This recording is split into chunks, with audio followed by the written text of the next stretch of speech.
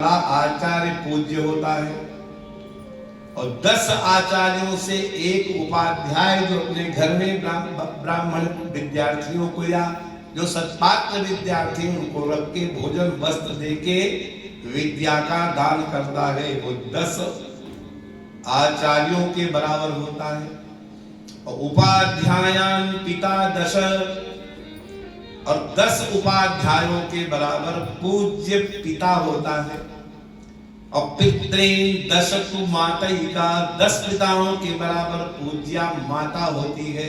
फिर बोले रुको रुको, हमने माता को कम बता दिया।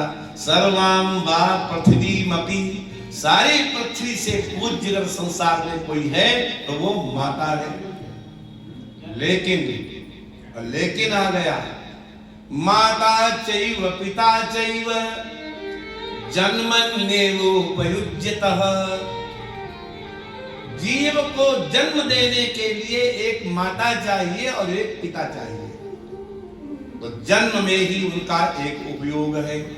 लेकिन आचार्य सृष्टा या जाति ही सा दिव्या सा जरामरा, आचार्य के द्वारा जो आपको जन्म दिया जाता है, चाहे गुरु रूप में उसको स्वीकार करें, चाहे व्यास रूप में स्वीकार करें, चाहे कथावाचक के रूप में स्वीकार करें, या अपने अध्यापक के शिक्षक के ही रूप में स्वीकार करें, जो जन्म आचार्य देता है वही जन्म दिव्य है, वही अजर है, वही अमर है।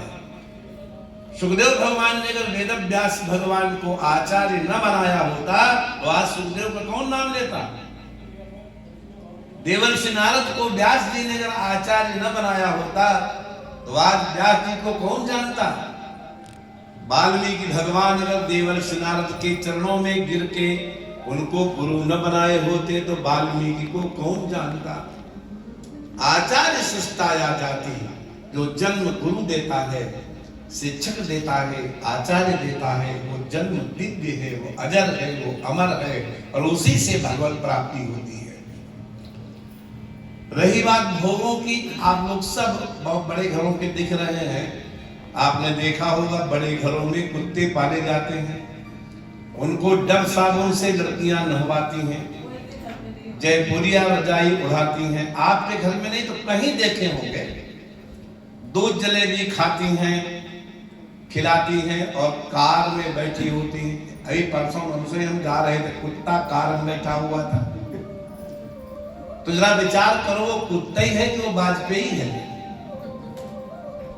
अपने भाग्य का भोग जब कुत्ते के शरीर में मिल सकता है तो मनुष्य को क्यों नहीं मिलेगा?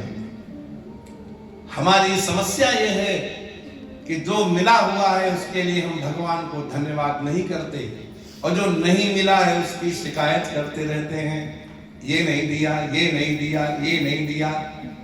अपने पीछे भी तो मुड़ के देखो, कितने खड़े हैं तुम्हारे पीछे।